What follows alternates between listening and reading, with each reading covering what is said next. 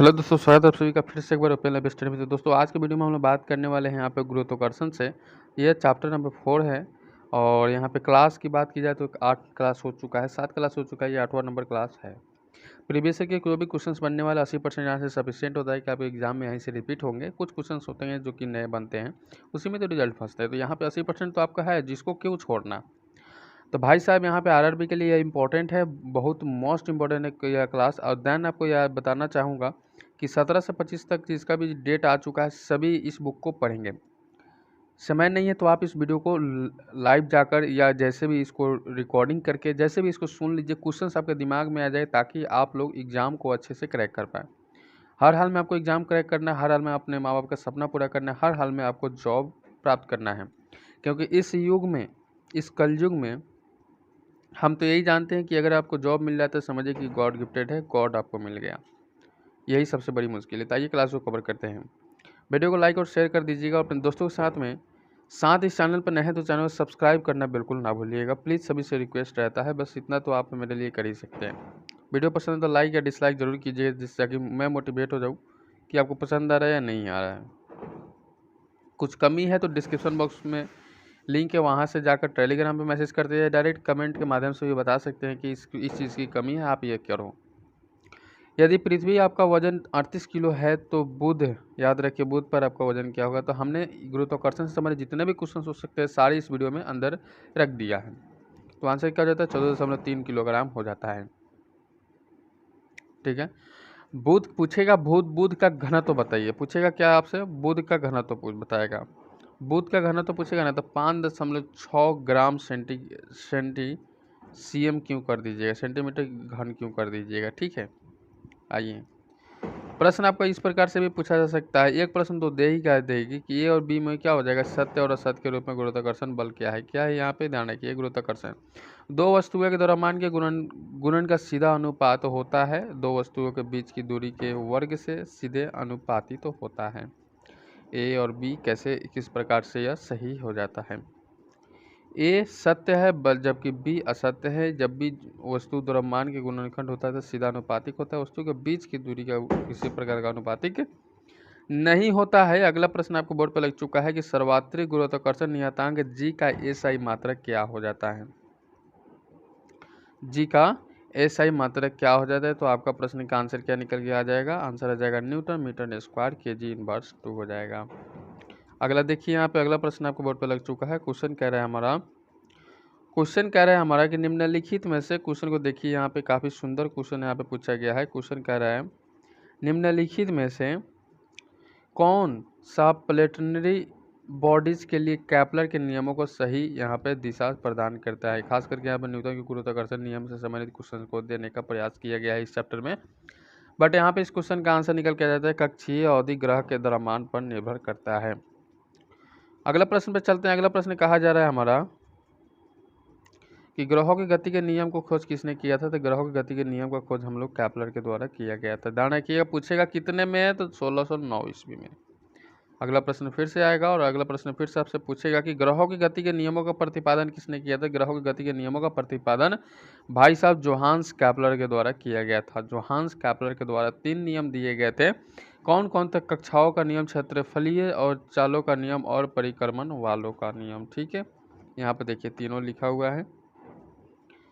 अगला बात कर लेते हैं क्वेश्चन की ओर चलते हैं। अगला क्वेश्चन कहा जा रहा है हमारा तो गुरुत्वाकर्षण का नियम किसके द्वारा प्रतिपादित किया गया था। तो सभी को पता है इस क्वेश्चन का आंसर हम फटाक से आइजैक न्यूटन करेंगे और आइजैक न्यूटन से संबंधित यहाँ पे फॉर्मूला भी एक नोट करेंगे। कहेगा कि F बराबर कैपिटल F है, कैपिटल G छोटा m 1m2 बटा r स्क्वायर। क्या हो जाएगा, r स्क्वायर। ठीक है, चलिए अगला प्रश्न देखिए यहाँ पे कि ब्रह्मांड के प्रत्येक वस्तु एक बल के साथ प्रत्येक अन्य वस्तु को आकर्षित करता है, जो होता है क्या। ठीक है, जो होता है क्या, तो क्या होता है इसका आंसर कीजिएगा। ब्रह्मांड के प्रत्येक वस्तु एक बल के साथ प्रत्येक अन्य वस्तु को आकर्षित करता है, जो होता है क्या। तो जो होता है हमारा इस क्वेश्चन का आंसर क्या निकल के आएगा आपके समक्ष। तो हमारा आंसर निकल के आएगा उनके द्रव्यमान के गुणन के अनुपातिक और उनके बीच की दूरी के वर्ग के व्युत्क्रमानुपाती होता है। साथ ही आएगा यहाँ पे कि उनके द्रव्यमान के गुणन के अनुपातिक और उनके बीच की दूरी के व्युत्क्रमानुपाती होता है। तो ए और बी दोनों सही हो जाते हैं। अगला देखिए यहाँ पे अगला प्रश्न आपके बोर्ड पे लगा हुआ है कि विकल्पों में उल्लिखित तत्व से कौन सा गुरुत्वाकर्षण के सार्वभौमिक नियम को समझाया नहीं गया है। तो समझाया नहीं गया है उस चीज़ को यहाँ पे बताना है, तो आपका आंसर क्या निकल कर आ जाता है। तो आप कहने का प्रयास कीजिए कि ग्रहों के चारों ओर सूर्य की गति होता है। अगला प्रश्न हमारा रहेगा आप सभी के बोर्ड पे कि निम्न में से एक कमजोर बल है, निम्न में से एक कमजोर बल कौन सा हो जाता है। तो 10 नंबर क्वेश्चन का आंसर क्या हो जाता है, आंसर हो जाता है गुरुत्वाकर्षण बल। ठीक है, आइए अगले क्वेश्चन की ओर चलते हैं। अगला क्वेश्चन कहा जा रहा है कि गुरुत्वाकर्षण नियतांक जी का मान क्या होता है। तो गुरुत्वाकर्षण नियतांक जी का मान 6.674 गुने 10 के power -11 Newton minus m square बटा किलोग्राम स्क्वायर हो जाता है। अगला प्रश्न कहा जा रहा है कि ब्रह्मांड में किन्हीं दो निकायों के बीच गुरुत्वाकर्षण बल पर निर्भर नहीं करता है। तो गुरुत्वाकर्षण बल का नियतक नहीं करता है तो उनके द्रव्यमान का योग, ठीक है, उनके द्रव्यमान का योग हो जाता है। अगला प्रश्न है कि दो वस्तुओं के बीच की दूरी को यदि 2 गुना कर दिया जाए तो इन दोनों के बीच बल पर क्या प्रभाव पड़ेगा। तो बल पर क्या प्रभाव पड़ेगा, तो हमारा आंसर हो जाएगा गुरुत्वीय बल 4 के गुणन के कम होगा। अगला प्रश्न कहा जा रहा है कि ब्रह्मांड में प्रत्येक वस्तु एक अन्य वस्तु को एक बल के साथ आकर्षित करती है तो उनके वर्ग के विपरीत अनुपातिक होता है। तो वर्ग के विपरीत अनुपातिक होता है तो उनके मध्य दूरी। नेक्स्ट क्वेश्चन रहेगा हमारा आप सभी के बोर्ड पे, यहाँ पे क्वेश्चन ध्यान रखिएगा कि दो वस्तुएं, याद रखिए दो वस्तुएं एक के का द्रव्यमान दोगुना हो जाने पर दोनों वस्तुओं के बीच लगने वाला गुरुत्वाकर्षण बल क्या परिवर्तित करता है, क्या परिवर्तन करता है। तो आपका आंसर क्या हो जाएगा, गुरुत्वाकर्षण बल दोगुना हो जाता है। लीजिए अगला प्रश्न ध्यान रखिएगा। अगला प्रश्न आपके बोर्ड पर लग चुका है। क्वेश्चन कह रहा है हमारा कि ब्रह्मांड की प्रत्येक वस्तु दूसरी वस्तु को एक बल द्वारा आकर्षित करती है जो किसके समानुपातिक होता है। तो किसके समानुपातिक होता है, तो आपका आंसर हो जाएगा उनके द्रव्यमान के गुणज के अनुपातिक हो जाता है। अगला प्रश्न कहा जा रहा है यदि दो वस्तुओं के द्रव्यमान की गति 3 गुना कर दिया जाए तो दोनों वस्तुओं के बीच का बल क्या होगा। दोनों वस्तुओं के बीच का बल क्या हो जाएगा, तो बल 9 गुना हो जाता है। ठीक है, अगला यह क्वेश्चन मोस्ट नहीं है, जो भी मोस्ट इंपॉर्टेंट क्वेश्चन है सारा चीज़ मैं आपको देता रहता हूँ। अगला प्रश्न गुरुत्वाकर्षण बल, याद रखिएगा कि वस्तुओं के बीच के मौजूद होता है परंतु इसे तब तक महसूस नहीं किया जा सकता जब तक कि वस्तुओं का द्रव्यमान बहुत अधिक जैसे कि ग्रहों में नहीं होता। तो इस क्वेश्चन का आंसर क्या हो जाता है, आंसर फटाक से करने का प्रयास कीजिएगा। आपको वीडियो को पॉज करना है, आंसर करना है, फिर आगे बढ़ना है। तो आंसर हो जाएगा प्रत्येक और हर एक, प्रत्येक और हर एक। याद रखिएगा नेक्स्ट क्वेश्चन आपसे पूछा जा सकता है कि किसी वस्तु पर लगने वाले गुरुत्वाकर्षण बल को क्या कहा जाता है। किसी वस्तु पर लगने वाले गुरुत्वाकर्षण बल को भार कहते हैं। लीजिए अगला प्रश्न क्वेश्चन आपके बोर्ड पर लग चुका है। गुरुत्वाकर्षण द्वारा किया गया कार्य किस पर निर्भर करता है, किस पर निर्भर करता है। तो आपका आंसर हो जाएगा वस्तु की आरंभिक और अंतिम अवस्थाओं के ऊर्ध्वाधर ऊंचाइयों के अंतर पर। नेक्स्ट कहा जा रहा है हमारा अगला प्रश्न आपके बोर्ड पर, सार्वत्रिक गुरुत्वाकर्षण नियतांक जी की खोज किसने की थी। जी की खोज किसने किया था, जी का खोज किसने किया था, तो हेनरी कैवेंडिश के द्वारा, हेनरी कैवेंडिश के द्वारा। अगला प्रश्न कहा जाए गुरुत्वाकर्षण का सार्वभौमिक नियम पर लागू होता है। गुरुत्वाकर्षण के सार्वभौमिक नियम पर लागू होता है वस्तुओं की किसी युग्म पर। नेक्स्ट क्वेश्चन क्या आएगा हमारा आपके बोर्ड पर लग चुका है कि F बराबर जी एम छोटका एम बटा डी स्क्वायर सूत्र जी का मान क्या होता है। तो यहाँ पे 24 नंबर क्वेश्चन का आंसर क्या हो जाता है, आंसर होता है सार्वत्रिक गुरुत्वाकर्षण स्थिरांक हो जाता है। ठीक है, अगला बात कर ले अगले क्वेश्चन की ओर। अगला क्वेश्चन कर रहा है माना कि गुरुत्वाकर्षण बल दूरी के n घात से प्रतिलोम बदलता है तो सूर्य के चारों ओर r त्रिज्या के वृत्तीय कक्ष में चक्कर लगाने में ग्रह की कालावधि के समानुपाती होता है। तो आपका आंसर हो जाएगा r के पावर n+1/2 हो जाएगा। नेक्स्ट क्वेश्चन क्या आएगा हमारा अगला प्रश्न आपको बोर्ड पर लग चुका है। क्वेश्चन को ध्यान दीजिएगा। क्वेश्चन कह रहा है हमारा, क्वेश्चन कह रहा है यदि दो कणों के बीच की दूरी बढ़ जाती है तो इनके बीच की गुरुत्वाकर्षण बल पर क्या प्रभाव पड़ेगा। तो इनके गुरुत्वाकर्षण बल का प्रभाव जो पड़ेगा उसका नाम हो जाएगा कण हो जाता है। ठीक है, नेक्स्ट देखिए यहाँ पे क्वेश्चन कहा जा रहा है कि दो वस्तुओं के बीच गुरुत्वाकर्षण बल F है यदि दोनों वस्तुओं के बीच की दूरी परिवर्तित किए बिना उनके द्रव्यमान को आधा कर दिया जाए तो गुरुत्वाकर्षण बल क्या हो जाएगा। तो गुरुत्वाकर्षण बल क्या हो जाएगा, तो गुरुत्वाकर्षण बल F/4 हो जाएगा। लीजिए अगला प्रश्न कीजिएगा। अगला प्रश्न करने का प्रयास कीजिए। क्वेश्चन कह रहा है पृथ्वी वस्तुओं को अपनी ओर आकर्षित करती है, यह किसके कारण से होता है। तो ये किसके कारण से होता है, तो गुरुत्वाकर्षण बल के कारण ही होता है। गुरुत्वाकर्षण से जितना क्वेश्चन होगा सारा हर तरह से क्वेश्चन से मैं रूबरू करा दूंगा। पृथ्वी वस्तुओं की ओर अपनी आकर्षित करती है, इसका कारण क्या हो जाता है? तो इसका कारण हमारा क्या हो जाता है? गुरुत्वाकर्षण बल हो जाता है। अगला है, निम्नलिखित में से क्या गुरुत्वाकर्षण सार्वत्रिक नियम को संबंधित नहीं है? तो आपका आंसर क्या हो जाएगा कि चंद्रमा के चारों ओर पृथ्वी की गति से संबंधित यहाँ पे हो जाएगा। अगला बात कर लेते हैं, क्वेश्चन की ओर चलते हैं। क्वेश्चन कहा जा रहा है हमारा कि पृथ्वी की सतह से m किलोग्राम के एक उपग्रह को 2r की ऊंचाई पर एक गोलाकार कक्ष में प्रक्षेपित करने के लिए आवश्यक न्यूनतम ऊर्जा क्या होगा? पृथ्वी की त्रिज्या r होना चाहिए, पृथ्वी की त्रिज्या r होनी चाहिए, तो 5/6 mgr हो जाएगा आपका। ठीक है, अगला बात कर लेते हैं, क्वेश्चन की ओर चलते हैं। अगला क्वेश्चन कहा जा रहा है हमारा, अगला क्वेश्चन देखिए यहाँ पे, अगला क्वेश्चन कहा जा रहा है हमारा कि निम्न में से कौन सा कथन गलत है? तो 33 नंबर क्वेश्चन का आंसर क्या हो जाएगा? 33 नंबर क्वेश्चन का आंसर हो जाएगा वस्तु को अधिक ऊंचाई पर ले जाने पर उसका भार क्या हो जाएगा? कम हो जाएगा। तो 33 नंबर क्वेश्चन का आंसर क्या हो जाएगा? D number option correct. एक सेकेंड, नहीं यह नहीं होगा, आपका हो जाएगा वस्तु का भार ध्रुवों पर न्यूनतम और विषुवत रेखा पर अधिकतम हो जाएगा। ठीक है, बी नंबर ऑप्शन हो जाएगा। अगला बात करें, यदि दो वस्तुओं के बीच की दूरी सामान्यतः दूरी से 6 गुना अधिक हो जाए तो f बराबर क्या हो जाएगा? f बराबर क्या हो जाएगा? तो यहाँ पे 34 नंबर क्वेश्चन के f बराबर यहाँ पर 1/36 गुना हो जाएगा। नेक्स्ट क्वेश्चन कहा जा रहा है हमारा कि किन्हीं दो स्थूल वस्तुओं के बीच लगने वाला आकर्षण बल को क्या कहा जाता है? तो आकर्षण बल को हम लोग कहते हैं गुरुत्वाकर्षण बल। ठीक है, नेक्स्ट अगला प्रश्न कहा जा रहा है हमारा कि कौन सा बल हमारे सौर मंडल की संरचना को बनाए रखता है? तो बनाए रखता है, तो इसका आंसर क्या हो जाता है?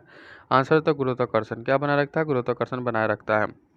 अगला प्रश्न, निरंतर गुरुत्वाकर्षण का चिन्ह क्या होगा? निरंतर गुरुत्वाकर्षण का चिन्ह हमारा हो जाएगा जी। क्या हो जाएगा? बाई कैपिटल जी हो जाएगा। नेक्स्ट क्वेश्चन कहा जा रहा है हमारा कि गुरुत्वाकर्षण की वजह से उत्पन्न होने वाली त्वरण का मूल पर निर्भर करता है। किस पर निर्भर करता है? मूल पर निर्भर करता है, तो हमारा आंसर हो जाता है नीचे, याद रहे नीचे गिरने वाली वस्तु का द्रव्यमान m हो जाता है। अगला प्रश्न कहा जा रहा है दो निकायों के बीच आकर्षण बल 1/9F है, तो इन दोनों के निकायों के बीच की दूरी क्या होगा? तो 39 नंबर क्वेश्चन का आंसर क्या हो जाता है? 3 गुनी हो जाएगी। अगला प्रश्न देखिए यहाँ पे, अगला प्रश्न इस पर कवर करने का प्रयास कीजिए। क्वेश्चन कह रहा है हमारे निम्नलिखित में से कौन सा गुरुत्वाकर्षण का उदाहरण नहीं है? तो गुरुत्वाकर्षण का उदाहरण कौन नहीं है भाई साहब यहाँ पे? तो गुरुत्वाकर्षण का उदाहरण यहाँ पे यह ब्लैक होल का घूर्णन सहायक है, ये उदाहरण नहीं है। बाकी ग्रहों को वायुमंडल से उनसे अलग होने का रोकना, तारों को आपस में जोड़ना और चांद की उसकी कक्षा में स्थित होना। अगला प्रश्न पे बात कर लेते हैं, किसी गेंद को यदि ऊपर की ओर 25 मीटर पर सेकंड के प्रारंभिक वेग से फेंका जाए तो इस पे अपने उच्चतम बिंदु तक पहुंचने में कितना समय लगेगा अगर जी का मान 10 मीटर पर सेकंड स्क्वायर है? तो भाई साहब इस क्वेश्चन का आंसर क्या हो जाता है? आंसर हो जाता है यहाँ पे 2.5 सेकेंड। फार्मूला कौन सा लगेगा? तो फार्मूला मैं बता दूंगा, v बराबर u माइनस जी टी। अगला प्रश्न बात कर लेते हैं कि इनमें से कौन सी एक रासायनिक प्रतिक्रिया नहीं? तो रासायनिक प्रतिक्रिया कौन नहीं है इनमें से? तो आपका आंसर हो जाता है गुरुत्वाकर्षण। अगला प्रश्न बात कर लेते हैं यहाँ पे, नेक्स्ट क्वेश्चन आपको बोर्ड पे लग चुका है। अगला प्रश्न किससे है? तो गुरुत्व और गुरुत्व के अधीन गति से। निम्नलिखित में से कौन सा कथन गलत है उसे चुनना है, तो आपका आंसर फटाक से आ जाएगा, आपका आंसर आ जाएगा। तो आपको यहाँ पे यदि लिफ्ट किसी त्वरण के ऊपर की जा रही हो तो किसी पिंड का आभासी भार उसके वास्तविक भार से क्या हो जाता है? कम हो जाता है। ये आपका गलत कहा जा रहा है कथन, तो हमारा डी नंबर ऑप्शन सत्य हो जाएगा। अगला प्रश्न बात कर लेते हैं कि मुक्त रूप से गिरना केवल क्या हो जाता है? तो मुक्त रूप से गिरना केवल निर्वात में ही संभव है। अगला प्रश्न है कि गुरुत्व बल के किसके बीच आकर्षण बल द्वारा परिभाषित होता है? तो आकर्षण बल द्वारा किसको परिभाषित करते हैं? दो द्रव्यमानों को। अगला बात कर लेते हैं, क्वेश्चन की ओर चलेगी, वह बिंदु जहां पर एक वस्तु का संपूर्ण भार कार्य करता है उसे क्या कहते हैं? संपूर्ण भार कार्य करता है उसे क्या कहते हैं? गुरुत्वाकर्षण का केंद्र। नेक्स्ट क्वेश्चन क्या आएगा हमारा कि एक वस्तु का द्रव्यमान 10 किलोग्राम है तो पृथ्वी पर इसका भार क्या होगा? तो जी बराबर 9.8 मीटर इनवर्स 2 हो जाएगा। 47 नंबर क्वेश्चन का आंसर क्या हो जाएगा? 98 न्यूटन हो जाएगा। अगला प्रश्न है कि जी की इकाई त्वरण की इकाई के समान अर्थात क्या हो जाएगा? तो 48 नंबर क्वेश्चन का आंसर निकल कर आ जाएगा आप सभी के बीच में कि मीटर सेकेंड इनवर्स 2 हो जाएगा। अगला देखिए, अगला क्वेश्चन क्या कहा जा रहा है कि निम्न में से कौन सा कथन असत्य है। तो 49 नंबर क्वेश्चन का आंसर क्या हो जाएगा, जी का मान गिरती हुई वस्तु के द्रव्यमान पर निर्भर करता है, ये हमारा क्या हो जाएगा, असत्य हो जाएगा। जो पूछेगा वही हम लोग बताएंगे। कारण यह है कि समय कम है और रिजल्ट हम लोगों को चाहिए, तो क्वेश्चन पे भी उतना दबाव डालना है जितना कि हमें कोई एग्जाम हॉल में बना पाए। जी यानी कि गुरुत्वाकर्षण का मान आर त्रिज्या के मान के अनुसार बदलता है, तो किसी छात्र को जी का मान कहाँ पर न्यूनतम प्राप्त होगा। तो न्यूनतम कहाँ पर प्राप्त होगा भैया, तो आप कहिएगा भूमध्य रेखा पर। चलिए अगला प्रश्न फिर से आएगा कि धरती की सतह पर मापने पर एक वस्तु या व्यक्ति की भार 60 न्यूटन है, तो चंद्रमा की सतह पर मापने पर उसका भार क्या होगा। तो 51 नंबर क्वेश्चन का आंसर निकल कर आ जाता है 10 न्यूटन। चलिए अगला प्रश्न पर चलते हैं, चर्चा करते हैं कि धरती की सतह पर मापे जाने का पर एक वस्तु 60 न्यूटन वजन की होती है, चंद्रमा की सतह पर इसका वजन क्या होगा। तो चंद्रमा पर सतह का इसका न्यूटन होगा 10 न्यूटन।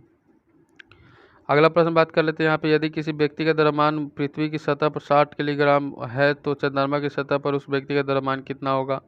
अगर पृथ्वी पर 60 है तो चंद्रमा पर जाएगा तो कितना होगा। नॉर्मल क्वेश्चन है, तो 60 किलोग्राम हो जाएगा भैया। वजन में थोड़ी ना कंप्रोमाइज होता है। अंतरिक्ष यान के अंदर या अंतरिक्ष यात्री का वजन महसूस करते हैं किस प्रकार से। तो शून्य महसूस करते हैं। क्या शून्य महसूस करते हैं। नेक्स्ट है हमारा कि गुरुत्व जी का कारण क्या होता है। गुरुत्व जी का कारण क्या होता है, तो आपका आंसर हो जाता है जी एम बटा आर स्क्वायर। आपका आंसर यहाँ पे सही हो जाता है। ठीक है, हाँ चलिए अगला प्रश्न कीजिएगा। यहाँ पे अगला प्रश्न आपको बोर्ड पर लग चुका है। क्वेश्चन क्या है हमारा, यदि सूर्य पृथ्वी की द्रव्यमान और उनके बीच की दूरी क्रमशः एम एम और आर है, तो सूर्य के गुरुत्वाकर्षण द्वारा सूर्य के चारों ओर पृथ्वी द्वारा एक परिक्रमण के किया गया कार्य कितना होता है। तो हमारा आंसर हो जाता है 0। क्या हो जाएगा, 0, शून्य जिसको कहते हैं। फॉर्मूला एक याद रखिएगा, कार्य बराबर बल गुने विस्थापन, हमने बताया था आपको। नेक्स्ट क्वेश्चन आपका रहेगा, आप सभी को बताइए, पृथ्वी के केंद्र पर एक पिंड का भार होता है, तो पृथ्वी के केंद्र पर एक पिंड का भार क्या हो जाता है, 0 होता है। लीजिए अगला प्रश्न पे कवर करते हैं कि चंद्रमा पर जी का मान पृथ्वी पर जी के मान का 1/6 है, तो यदि कोई व्यक्ति पृथ्वी पर 1.5 मीटर ऊंचा उछलता है, तो चंद्रमा पर वो कितनी ऊंचाई तक उछल सकता है। तो 58 नंबर क्वेश्चन का आंसर हो जाता है 9 मीटर। नेक्स्ट क्वेश्चन रहेगा हमारा, अगला प्रश्न आपको बोर्ड पर लग चुका है कि पृथ्वी की सतह द्रव्यमान एम और त्रिज्या आर पर गुरुत्वाकर्षण के कारण त्वरण डॉट स्थान का अनुपातिक होता है, तो आंसर क्या हो जाएगा। तो आंसर हो जाएगा एम बटा आर। नेक्स्ट है अगला प्रश्न आपको बोर्ड पर लग चुका है। क्वेश्चन कहिएगा कि मान लें कि एक काल्पनिक ग्रह है जिसका द्रव्यमान पृथ्वी के आधे के बराबर है और त्रिज्या 1/3 के बराबर है, तो यदि पृथ्वी की सतह पर गुरुत्वाकर्षण के कारण त्वरण जी है, तो उस ग्रह पर गुरुत्वाकर्षण के कारण त्वरण कितना होगा। तो गुरुत्वाकर्षण के कारण उस ग्रह पर त्वरण कितना होगा। तो भाई साहब त्वरण का मान हो जाएगा 9/2 जी हो जाएगा। लीजिए अगला प्रश्न करेंगे हम लोग। अगला प्रश्न आपको बोर्ड पर लग चुका है कि मान लें कि काल्पनिक ग्रह जिसका द्रव्यमान आर त्रिज्या दोनों पृथ्वी के आधे के बराबर, यदि पृथ्वी की सतह की गुरुत्वाकर्षण कारण जी, तो उस ग्रह पर गुरुत्वाकर्षण का मान कितना होगा। तो हमारा आंसर निकल कर क्या आ जाता है। तो आंसर निकल कर आ जाता है 2g। ठीक है, हाँ ऐसे क्वेश्चन को याद करने में ही ज़्यादा ठीक रहता है। मान लिया ग्रह है जिसका द्रव्यमान और त्रिज्या दोनों पृथ्वी के द्रव्यमान और त्रिज्या से दुगुने हैं, उस ग्रह की सतह पर गुरुत्वाकर्षण के कारण त्वरण पृथ्वी पर से n गुना है, तो n का मान कितना होगा। तो n का मान हमारा आंसर निकल कर जाता है 1/2। ठीक है, 1/2। हाँ बहुत सुंदर। अगला प्रश्न है कि पृथ्वी की सतह पर गुरुत्वाकर्षण के कारण त्वरण का मान कितना होगा। त्वरण का मान कितना होता है। त्वरण का मान हमारा 9.8 मीटर प्रति वर्ग सेकेंड हो जाता है। लीजिए अगला प्रश्न आपको बोर्ड पर लग चुका है। क्वेश्चन कहा जा रहा है पृथ्वी त्वरण जी पर निर्भर नहीं करता। जी पर क्या निर्भर नहीं करता है। तो आपका आंसर हो जाता है गिरने वाली वस्तु का द्रव्यमान। अगला प्रश्न आपको बोर्ड पर लग चुका है। क्वेश्चन कह रहा है पृथ्वी पर किसी वस्तु का भार न्यूटन है और द्रव्यमान 20 किलोग्राम है, तो गुरुत्वीय त्वरण का मान कितना होगा।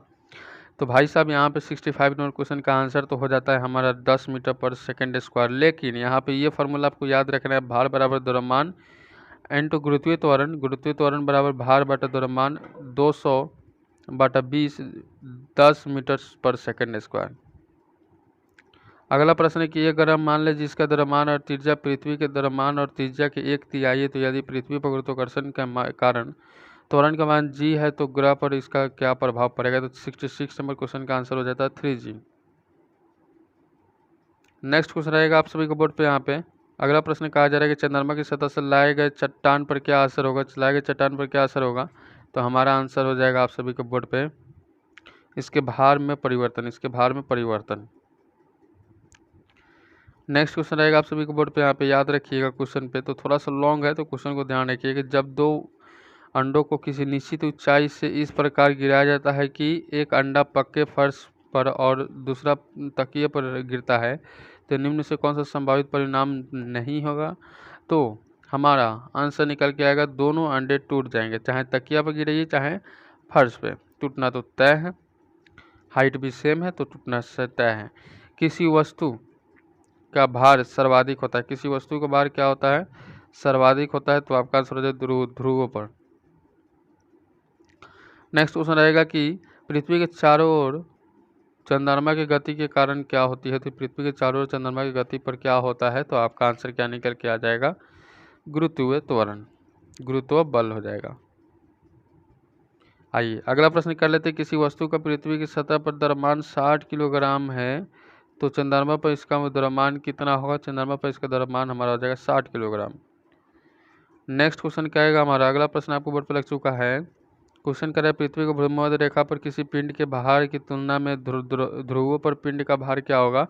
तो ध्रुवों पर पिंड का भार हो जाएगा, ध्रुवों पर पिंड का भार भूमध्य रेखा पर अपने भार से अधिक होता है। नेक्स्ट हमारा रहेगा आप सभी को पे क्वेश्चन ध्यान रखिएगा। पृथ्वी की सतह पर गुरुत्वीय त्वरण 9.8 मीटर पर सेकंड स्क्वायर है, तो पृथ्वी की सतह से उसकी त्रिज्या की 1/40 ऊंचाई पर है, तो त्वरण मान ज्ञात करें, त्वरण मान ज्ञात करें। तो आपका आंसर क्या हो जाता है 8.1 मीटर पर सेकंड स्क्वायर। चलिए अगला प्रश्न कर लेते हैं कि पृथ्वी पर किसी वस्तु का भार चंद्रमा पर इसके भार का कितना गुना होता है। तो कितना गुना हो जाता है भैया, तो आपका ये 6 गुना हो जाता है, 1/6 हो जाता है। नेक्स्ट अगला प्रश्न आपको बोर्ड पर लग चुका है, ध्यान रखिएगा। क्वेश्चन कर रहा है हमारा कि एक ग्रह की त्रिज्या और द्रव्यमान पृथ्वी की त्रिज्या और द्रव्यमान के आधे हैं, तो इस ग्रह पर जी का मान क्या होगा। तो इस ग्रह पर जी का मान क्या हो जाएगा 19.6 मीटर पर सेकंड स्क्वायर हमारा सही हो जाता है।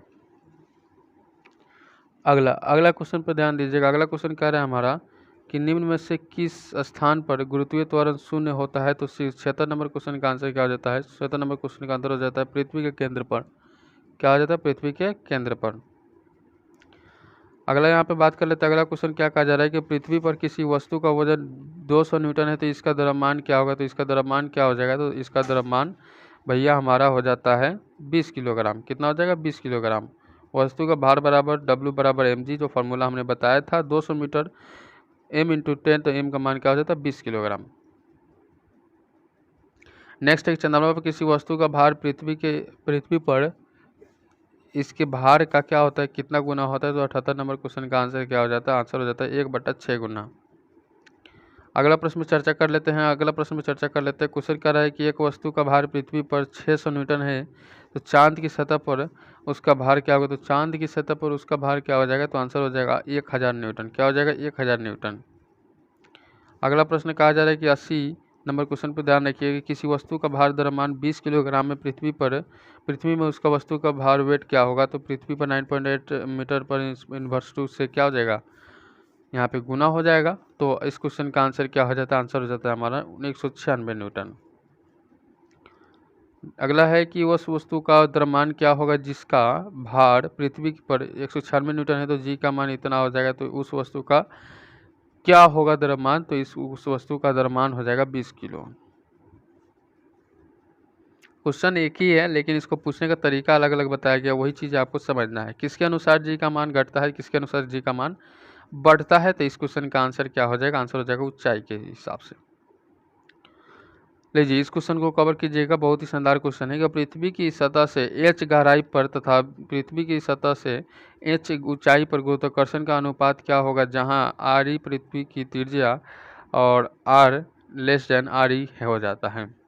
तो हमारा आंसर हो जाएगा एज के साथ रैंकिंग ढंग से बढ़ेगा, एज के साथ रैंकिंग ढंग से बढ़ेगा। आइए अगले प्रश्न पे देखिएगा। अगला प्रश्न यहाँ पे माउंट एवरेस्ट से संबंधित है, बहुत ही शानदार क्वेश्चन है। क्वेश्चन है कि निम्नलिखित में से कौन सा कथन सत्य भैया जी, लीजिए। तो आंसर क्या हो जाएगा, आंसर हो जाएगा हमारा माउंट एवरेस्ट पर जी का मान घटता है, नहीं भाई बढ़ जाता है यार, बिल्कुल सही बात है। माउंट एवरेस्ट पर जी का मान क्या होता है, ये चीज़ आपसे पूछा गया है। माउंट एवरेस्ट पर जी का मान बढ़ता है, बिल्कुल सही। अब यहाँ पे क्या हो जाता है, अगला प्रश्न देखिए। माउंट एवरेस्ट पर जी का मान घटता है, नहीं। एक गेंद में लंबवत फेंकने पर 15 सेकंड के बाद में ज़मीन पर वापस आती है, इसका वेग 75 मीटर है, नहीं ऐसा नहीं है। 75 से 15 से आप गुना कर दो, भाग कर दो, ऐसा नहीं है। फिलहाल हमारा एक नंबर माफ़ी चाहेंगे, बी हमारा सही हो जाता है। और साथ ही यहाँ पे एक और चीज़ हो जाएगा कि गेंद के लंबवत फेंकने पर 15 सेकंड में 150 मीटर पर सेकंड हो जाएगा, ये भी सही, ए और डी। आइए अगला प्रश्न देखते हैं यहाँ पे कि जी का मान किस पे बढ़ता है किस पे घटता है, काफ़ी शानदार क्वेश्चन है। तो इस क्वेश्चन को भी कवर करने का प्रयास करेंगे। आइए यहाँ पे पृथ्वी के केंद्र की ओर आने पर कम हो जाता है।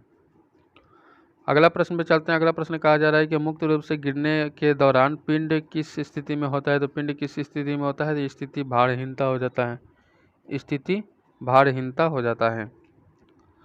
अगला बात कर लेते हैं कि जी का मान किसके साथ बढ़ता है, जी का मान किसके साथ बढ़ता है, तो आपका आंसर हो जाएगा ऊंचाई की कमी के साथ। नेक्स्ट हमारा रहेगा आपसे बिग बोर्ड पर कि जब किसी पिंड के विषुवत रेखा से उत्तर और दक्षिण ध्रुवों पर ले जाया जाता है तो उसका भार क्या होगा, तो 88 नंबर क्वेश्चन का आंसर क्या हो जाता है, आंसर हो जाता है बढ़ जाता है। नेक्स्ट बात कर लेते हैं। यहाँ पे क्वेश्चन कह रहा है किसी पिंड पर भार न्यूनतम कहाँ पर होता है, न्यूनतम कहाँ पर होता है, 89 नंबर क्वेश्चन का आंसर तो आप कहिएगा भूमध्य रेखा पर, कहाँ पे, भूमध्य रेखा पर। नेक्स्ट हमारा रहेगा आपसे बिग बोर्ड पे, यहाँ पे क्वेश्चन को ध्यान दीजिएगा, क्वेश्चन काफ़ी सुंदर है। क्वेश्चन कह रहा है हमारा कि एक पत्थर किसी स्प्रिंग तुल्ला पर बंधा हुआ है, निम्नलिखित स्थितियों में से कौन सी स्प्रिंग तुल्ला रीडिंग में सबसे कम दिखाई देगा, तो रीडिंग में सबसे कम कौन सा दिखाई देगा, तो आप कहिएगा जब वो पत्थर किसी बीकर के लिए पानी में पूरी तरह से निमज्जित हो जाती है तो क्या हो जाता है, वो दिखाई देता है। अगला प्रश्न कहा जा रहा है हमारा पृथ्वी पर किसी वस्तु का द्रव्यमान 10 किलोग्राम है तो पृथ्वी पर उसका भार क्या होगा, इसका आंसर क्या हो जाता है 98 न्यूटन। नेक्स्ट क्वेश्चन रहेगा, इस पर आप चर्चा कीजिएगा। एक प्रकार न्यूमेरिकल समझ लीजिएगा। 80 मीटर की ऊंचाई पर एक गेंद गिराई जाती है तो चौथे सेकंड में तय की गई दूरी डॉट स्थान होगी। मान लीजिए कि जी का मान 10 मीटर पर सेकंड स्क्वायर क्या हो जाएगा, एक प्रकार का दिया गया है जी का मान। अब बात कर लेते हैं इस क्वेश्चन का आंसर के, तो आंसर आपका हो जाएगा 35 मीटर। ठीक है, आंसर क्या आ जाएगा भैया 35 मीटर। अगला प्रश्न कहा जा रहा है कि एक कार पुल से गिरते हुए 0.8 मीटर सेकंड से भूमि पर गिर जाती है तो भूमि पर टकराने के समय इसका चाल कितना होगा, यह दिया का आंसर क्या हो जाता है, आंसर हो जाता है 8 मीटर सेकेंड इनवर्स, यानी कि बी नंबर। नेक्स्ट क्वेश्चन हमारा रहेगा आपसे बोर्ड पे कि एक गेंद को 2.20 मीटर पर सेकंड के वेग से ऊर्ध्वाधर ऊपर की ओर फेंका जाता है तो 3 सेकंड के पश्चात विस्थापन का परिणाम क्या होगा, जी का मान अगर इतना दिया गया है तो हमारा आंसर हो जाता है 15 मीटर। 15 मीटर हमारा सही हो जाता है। अगला प्रश्न कहा जा रहा है कि यदि ऊपर की ओर फेंकी गई एक वस्तु प्रारंभिक वेग से 14 मीटर प्रति सेकंड है तो उसके प्रारंभिक बिंदु तक पहुंचने में कितना समय लगेगा, तो आप कहिएगा 1.43 सेकंड लगेगा। नेक्स्ट क्वेश्चन कहिएगा। अगला प्रश्न आपको बोर्ड पे क्वेश्चन कहा जा रहा है कि अगर लंबवत फेंकी गई गेंद 10 सेकंड बाद पृथ्वी पर लौटती आती है, फेंके जाने के बाद बताइए कि जी का मान कितना होता है, तो आप कहिएगा 100 मीटर सेकंड हो जाता है। फॉर्मूला वही हो जाएगा v बराबर u minus G T. Next question वही से प्रकार पूछेगा कि एक वस्तु को प्रारंभिक वेग u से ऊपर फेंका जाता है और अधिकतम ऊंचाई h तक आ जाती है तो h का मान ज्ञात कीजिए, तो आप कहिएगा u स्क्वायर बटा 2g, u स्क्वायर बटा 2g हमारा आंसर करेक्ट हो जाता है। लीजिए अगला प्रश्न पे आंसर करते हैं कि एक रॉकेट 20 मीटर प्रति सेकंड की एक स्थिर गति के साथ ऊर्ध्वाधर रूप से ऊपर की तरफ यात्रा करने के लिए लॉन्च किया जाता है तो 35 सेकंड यात्रा करने के बाद रॉकेट में कोई समस्या उत्पन्न हो जाती है और इसकी ईंधन की आपूर्ति रुक गई तो इसके बाद रॉकेट एक मुक्त निकाय की भांति यात्रा करता है, तो इसके द्वारा प्राप्त की गई ऊंचाई क्या हो जाएगी, तो आपका ये 720 मीटर हो जाएगा। नेक्स्ट अगला प्रश्न आपको बोर्ड पर लग चुका है। क्वेश्चन कह रहा है यदि एक गेंद को 40 मीटर प्रति सेकंड के वेग से ऊपर की ओर फेंका जाता है तो 6 सेकंड के बाद उसके विस्थापन का परिणाम कितना होगा, तो विस्थापन का परिणाम कितना होगा, 60 मीटर हो जाएगा। कितना हो जाएगा, 60 मीटर हो जाएगा। अगला प्रश्न आपको बोर्ड पर लग चुका है कि एक कार परिवर्तीय मार्ग से फिसलकर नीचे गिर जाती है तो जमीन तक पहुंचने में उसे 0.60 सेकंड लगते हैं। मान लीजिए कि जी का मान इतना है तो भूमि पर टकराने के दौरान इसकी गति क्या होगी, तो 100 नंबर क्वेश्चन का आंसर क्या हो जाएगा, 7 मीटर पर सेकंड। ठीक है, लीजिए अगला प्रश्न आपके बोर्ड पर लग चुका है। 100 नंबर क्वेश्चन तो हो चुका है कि एक ट्रक किनारे से फिसलकर 0.8 सेकंड में जमीन पर गिर जाता है तो किनारा जमीन से कितना ऊंचा होगा, जी का मान इतना जब दिया गया है तो आपका आंसर हो जाएगा 3.2 मीटर। 3.2 मीटर। चलिए अगला बात कर लेते हैं कि 20 मीटर ऊंचे टावर के शीर्ष पर खड़ा एक लड़का एक पत्थर फेंकता है तो मान लीजिए कि जी बराबर 10 मीटर पर सेकंड स्क्वायर। जिस वेग के साथ पत्थर जमीन पर हिट करता है वो क्या हो जाएगा, स्पीड, तो आपका आंसर हो जाएगा 20 मीटर पर सेकंड हो जाएगा। अगला बात कर लेते हैं, अगला क्वेश्चन की ओर चलते हैं। अगला क्वेश्चन कहा जा रहा है कि एक ट्रक किनारे से फिसलकर 1.6 सेकंड में जमीन पर गिर जाता है तो किनारा जमीन से कितना ऊंचा होगा। ठीक है, तो यहाँ पे इस क्वेश्चन का आंसर क्या निकल कर आ जाता है, 12.8 मीटर। क्वेश्चन इस प्रकार से भी पूछेगा कि एक वस्तु को ऊपर की ओर 14 मीटर पर सेकंड के इस चाल से यहाँ पे फेंका जाता है तो 10 मीटर ऊंची उच्चतम बिंदु पहुंचने के लिए वस्तु द्वारा लिए गए समय की गणना कीजिए, तो आपका आंसर क्या हो जाता है, वो 1.43 सेकंड हो जाएगा। नेक्स्ट क्वेश्चन आपके बोर्ड पर लग चुका है कि यदि किसी पिंड को लंबवत ऊर्ध्व दिशा में प्रक्षेपित किया जाए तो गति उच्चतम बिंदु पर पिंड का वेग क्या होगा, तो 105 नंबर क्वेश्चन का आंसर क्या हो जाता है, शून्य हो जाता है। जी का मान क्या हो जाता है, शून्य हो जाता है। अगला प्रश्न है कि स्वतंत्र रूप से किसी पिंड के गिरने 2 सेकंड में तय की गई जाने वाली दूरी क्या होगी, तो 106 नंबर क्वेश्चन का आंसर हो जाता है 19.6 मीटर। 19.6 मीटर हमारा सही हो जाता है। नेक्स्ट क्वेश्चन आपको बोर्ड पर चुका है कि ये कार की बहिर्गत भाग से गिरती है और 0.4 सेकंड में भूमि पर आ जाती है तो मान लीजिए कि जी बराबर इतना है तो भूमि पर टकराने के दौरान इसकी चाल क्या हो जाएगी, तो भैया जी इस क्वेश्चन का आंसर हो जाता है 4 मीटर पर सेकंड इनवर्स हो जाएगा हमारा। अगला प्रश्न है कि एक मीनार के ऊपरी हिस्से से एक वस्तु को ऊर्ध्वाधर दिशा में फेंका गया है और यह 5 सेकंड बाद जमीन पर पहुंची। वस्तु का आरंभिक वेग 12 मीटर पर सेकंड है तो मीनार की ऊंचाई क्या होगा। भाई ये मैथ में भी पूछा जाता है और साइंस के माध्यम से भी ये क्वेश्चन आपके समक्ष रख दिया जाता है, तो 65 मीटर हो जाएगा। बिल्कुल, फार्मूला कौन सा लगाना है ये भी चीज़ मैं बता देता हूँ। यहाँ पे फार्मूला यहाँ पे हमेशा लगाइएगा इस क्वेश्चन के लिए, एच बराबर यू टी। ठीक है, यू टी हो जाएगा प्लस 1/2 जी टी स्क्वायर। ठीक है, फार्मूला क्या है, एच बराबर यू टी, ठीक है, प्लस 1/2 जी टी स्क्वायर। चलिए अगला प्रश्न आपको बोर्ड पर लग चुका है। क्वेश्चन को ध्यान दीजिएगा। क्वेश्चन क्या है हमारा, थोड़ा सा मैं इसे छोटा कर देता हूँ ताकि सभी को अच्छे से दिखाई दे। आइए, क्वेश्चन है कि जब सीधे ऊपर की ओर फेंका जाता है, जब सीधे ऊपर की ओर कोई चीज़ फेंका जाता है तो एक पत्थर वस्तु या शीर्ष पर पहुँचता है तो उसका क्या हो जाएगा मान, तो आप कहिएगा कि वेग शून्य होता है तब त्वरण लगभग 10 मीटर पर सेकंड के स्क्वायर के बराबर हो जाता है। आइए अगला प्रश्न फिर से आपके बोर्ड पर लग चुका है। क्वेश्चन कर रहा है कि जब एक वस्तु ऊपर की ओर फेंके जाने पर अपने शीर्ष पर पहुंचती है तो इसका मान क्या होगा, तो भाई साहब इसका मान हो जाएगा वेग शून्य होता है और इसका त्वरण लगभग 10 मीटर पर सेकंड स्क्वायर हो जाता है। अगला प्रश्न आपको बोर्ड पर लग चुका है। क्वेश्चन को ध्यान दीजिए। क्वेश्चन कर रहा है एक गोली को 196 मीटर पर सेकंड के वेग से सीधे ऊपर की ओर दागा जाता है तो बंदूक की गोली कितनी अधिकतम ऊंचाई तक पहुंच जाएगी, तो आपका आंसर हो जाएगा 1960 मीटर। 1960 मीटर। अगला प्रश्न आपको बोर्ड पर लग चुका है कि ये कार एक बहिर्गत भाग से गिरती है और 0.9 सेकंड में भूमि पर गिरती है तो मान लीजिए कि जी का मान 10 मीटर पर सेकंड के इनवर्स से दिया गया है तो टकराने पर इसका चाल क्या होगा, तो टकराने पर इसका चाल भैया जी हो जाता है 9 मीटर पर सेकंड। ठीक है, अगला यहाँ पे क्वेश्चन को चलते लंबवत ऊपर की ओर फेंकी गई एक गेंद जमीन पर 13.5 सेकंड में लौटती है तो उससे किस वेग से ऊपर फेंका गया था, तो किस वेग से ऊपर फेंका गया था, तो 67.5 मीटर पर सेकंड के स्पीड से। अगला प्रश्न है कि स्वतंत्र रूप से लटकती किसी वस्तु का गुरुत्व केंद्र कहाँ स्थित है। तो 114 नंबर क्वेश्चन का आंसर हो जाता है यहाँ पर लटकाव बिंदु के ठीक नीचे। अगला बात कर लेते हैं क्वेश्चन की। तो अगला क्वेश्चन कहा जा रहा है कि एक व्यक्ति लिफ्ट के अंदर वजन मापने पैमाने पर खड़ा है और लिफ्ट के ऊपर तेजी से चलना शुरू कर देती है तो क्या हो जाता है। आंसर तो तेजी से शुरू करना चल देता है तो पैमाने के वजन अधिक हो जाता है। यानी कि यहाँ पे एक चीज़ देखिएगा, लिफ्ट के अंदर पिंड के भार के संदर्भ में, लिफ्ट के अंदर पिंड के भार के संदर्भ में लिफ्ट के ओर तेजी से जाती हुई तो लिफ्ट की स्थिति में भार क्या हो जाता है, बढ़ता हुआ प्रतीत होता है। यही क्वेश्चन था, इसलिए मैंने इसका एग्जाम्पल भी रख दिया है।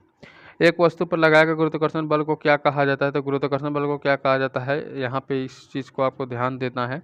तो आपका आंसर निकल के आ जाता है वजन। क्या कहते हैं उसको, वजन कहा जाता है। अगला प्रश्न में बात कर लेते हैं, आसमान की ओर फेंका गया पत्थर पृथ्वी की ओर वापस क्यों गिरता है भाई साहब। तो आपका आंसर हो जाएगा, एक बल होता है जो इससे पृथ्वी की ओर क्या होता है, खींचता है। लीजिए अगला प्रश्न पर चर्चा कर लेते हैं। क्वेश्चन कह रहा है हमारा कि कब कहा जाएगा कि पिंड मुक्त रूप से गिर रहा है। पिंड मुक्त रूप से गिर रहा है तो जब इसे केवल गुरुत्व बल के कार्य करें। नेक्स्ट क्वेश्चन क्या आएगा हमारा, अगला प्रश्न आपको बोर्ड पर लग चुका है, क्वेश्चन को ध्यान दीजिए। क्वेश्चन कह रहा है हमारा कि गुरुत्व जनित त्वरण को कैसे दर्शाया जाता है। तो दर्शाने का जो तरीका है अंग्रेजी के छोटे अक्षर जी से, अंग्रेजी के छोटे अक्षर जी से हमेशा देखते हैं कि जी से छोटा अक्षर से दिखाई देता है। तो पृथ्वी का गुरुत्वीय त्वरण जी का मान कितना होता है। तो 120 का आंसर क्या हो जाता है, आंसर हो जाता है 9.8 मीटर सेकेंड इनवर्स 2 हो जाता है। अगला प्रश्न बात कर लेते हैं। क्वेश्चन कह रहा है कि चंद्रमा पर आवाज़ क्यों नहीं सुनाई देती है। तो चंद्रमा पर आवाज़ क्यों नहीं सुनाई जा सकती है। तो आपको याद रखना चाहिए कि भैया वहाँ पर आपको चंद्रमा पर कोई वायुमंडल नहीं और ध्वनि बिना माध्यम की यात्रा नहीं कर सकती। लीजिए अगला प्रश्न आपको बोर्ड पर लग चुका है, क्वेश्चन को ध्यान दीजिए। क्वेश्चन काफ़ी शानदार है कि ग्रहों के परिक्रमा पथ का आकार कैसा होता है। तो ग्रहों के परिक्रमा पथ का आकार फैला हुआ वृत्त होता है। और अगला प्रश्न आपको बोर्ड पर फिर से लगा हुआ है। क्वेश्चन कह रहा है हमारा कि जब एक उपग्रह पृथ्वी के चारों ओर 40,000 किलोमीटर त्रिज्या के ग्रह पथ में घूमता है तो गुरुत्वाकर्षण बल द्वारा किया गया कार्य की गणना कीजिए। तो आपका आंसर हो जाएगा 0 जूल हो जाता है। लीजिए अगले प्रश्न में फिर से चर्चा कर लेते हैं। पृथ्वी की सतह पर पलायन वेग लगभग कितना होता है। तो पलायन वेग लगभग हमारा हो जाता है 11.2 किलोमीटर पर सेकंड के स्पीड से। अगला प्रश्न कहा जाए भूकेंद्रीय और सूर्य केंद्रीय शब्द किसे संदर्भित करते हैं। तो किसे संदर्भित करते हैं। तो 125 नंबर क्वेश्चन का आंसर क्या हो जाता है, आंसर हो जाता है पृथ्वी और सूर्य के चारों ओर नक्षीय वस्तुओं की गति का प्रतिबंधित करने वाले नियम को। अगला बात कर लेते हैं क्वेश्चन, ग्रहों की गति के बारे में निम्नलिखित में से कौन सा कथन सत्य है। यहाँ पे ध्यान रखिए, सारे ऑप्शन पढ़ने के बाद में ही एक ऑप्शन के हम चुनाव कर सकते हैं। तो भैया इस क्वेश्चन का आंसर क्या निकल के आ जाएगा। तो यहाँ पे एक ग्रह के कक्षा 2 बिंदु केंद्र बिंदु में से एक सूर्य के साथ अंडाकार है। तो ये पहला नंबर ही ऑप्शन हमारा सही हो जाता है। अगला प्रश्न आपको बोर्ड पर लग चुका है, याद रखिए। क्वेश्चन क्या रहा है हमारा,